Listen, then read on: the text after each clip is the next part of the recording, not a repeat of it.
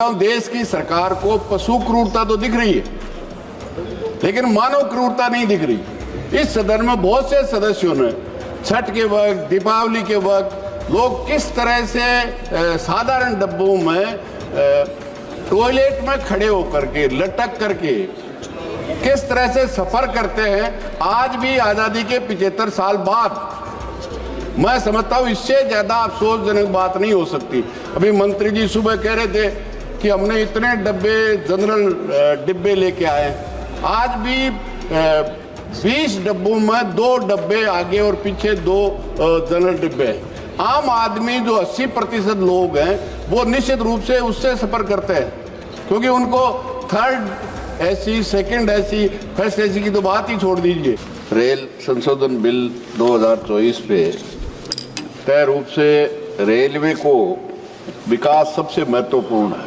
तो माल ढुलाई और यात्रा भार को तय रूप से जो विकास होना चाहिए था आज तक नहीं हुआ है, क्योंकि आज भी 80% माल बाई रोड होता है और पैसेंजर भी जिस तरह की हालत हो रही है, मैं समझता हूँ कि आज भी जो विकास जिस तरह से प्रधानमंत्री ग्राम सड़क योजना में इस देश के हर गांव को सड़क से जोड़ा गया है, मैं समझता हूँ हर तहसील हेडक्वार्टर तक को अगर जोड़ते तो बहुत बड़ा माल ढुलाई जो 80% आज बाई रोड जा रहा है वो अगर रेलवे के माध्यम से जाता तो निश्चित रूप से देश का विकास, क्योंकि आज भी 70% ऑयल हमें इंपोर्ट करना पड़ता है। जब हम हाईवे में जितना इन्वेस्ट कर रहे हैं वो अगर रेल पे इन्वेस्ट करते हैं तो देश का विकास और ये ऑयल आयात था, मैं समझता हूँ 70% कम हो सकता था।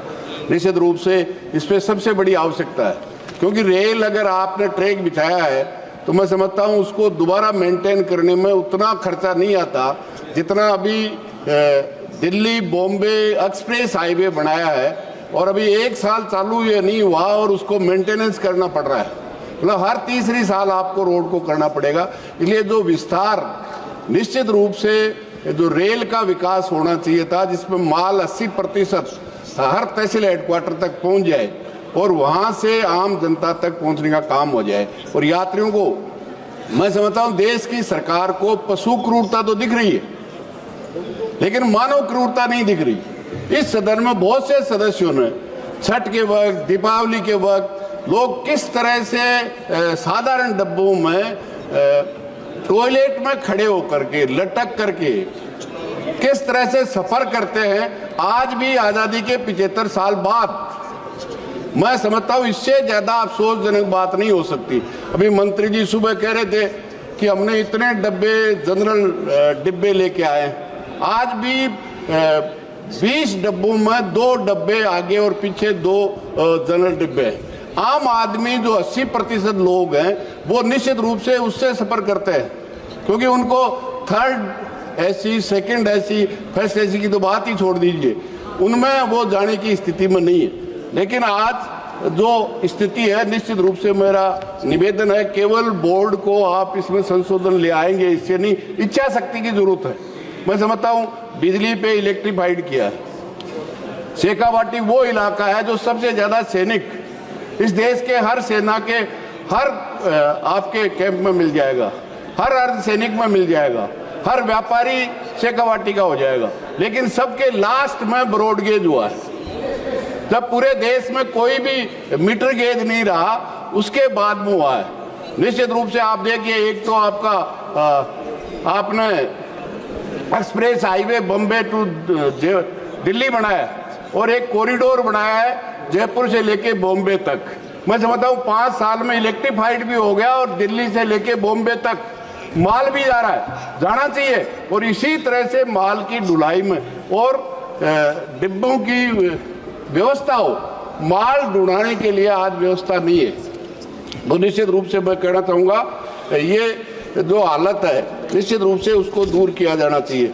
जहाँ तक कोरोना में जितने भी छूट थी, जो वृद्ध पर्सन थे उनको 30% छूट थी, जहाँ से आपने बुकिंग बंद कर दी, जहाँ ठहराव बंद कर दिया, मैं नहीं समझता कि आप कोरोना जाने के बाद आज फिर उनको लागू नहीं कर रहे हैं। मंत्री जी कह रहे थे हम 45% छूट दे रहे हैं। क्या उन वृद्ध लोगों को, विकलांगों को जो रेलवे में छूट मिलती थी, आज कोरोना समाप्त होने के बाद में भी आज नहीं मिल रही। तो निश्चित रूप से उनको वापस रिस्टोर करने की आवश्यकता है। मैं निवेदन करना चाहूँगा मंत्री महोदय से कि शेखावाटी जो सैनिक एक्सप्रेस है, जो जयपुर से दिल्ली तक आती है, निश्चित रूप से वो हरिद्वार तक जाए। और दूसरा, जो आसाम से आती है वो दिल्ली तक आती है, उसको झुंझुनू सीकर होते हुए अजमेर तक उसको चालू करेंगे तो शेखावाटी को फायदा होगा।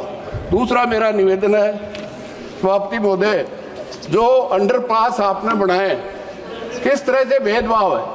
देश में जहां भी शहरी क्षेत्र में अंडरपास बना है वो कवर्ड है क्योंकि वह आदमी रहते हैं, और जहां भी ग्रामीण क्षेत्र में बने, सिवाय इस कॉरिडोर को बॉम्बे दिल्ली कॉरिडोर के अलावा ग्रामीण क्षेत्र में रेयर केस में उसको आप 2-3 करोड़ रुपए लगा करके अंडरपास देते हैं, लेकिन उसको 5 लाख रुपए में टिन शेड लगाए थे नहीं। इसलिए बरसात में लोगों को जितनी परेशानी होती है, मैं समझता हूँ आप अंदाजा नहीं कर सकते। 8-8 फीट पानी भर जाता है। आपने टेंडर कर रखे हैं, ठेकेदार क्या 1 मिनट में जितनी बरसात होती है 1 घंटे में होती है, आप ड्राई हो सकता है। जब आप 5 करोड़ 3 करोड़ रुपया एक अंडरपास के लिए लगाते हैं तो क्या 5 लाख रुपए में कवर नहीं कर सकते। इसलिए मेरा तो आपसे निवेदन है, निश्चित रूप से इसका विकास किया जाए, केवल बोर्ड देने से नहीं होगा, निश्चित रूप से। और मंत्री जी अभी उत्तर दे रहे थे, केरल और तमिलनाडु को जिस तरह से संघ को आप अपमानित करने का, तार करने का काम करेंगे, मैं समझता हूँ ये संघ हमारा जो संविधान है उसको ठीक नहीं करता। धन्यवाद अध्यक्ष महोदय।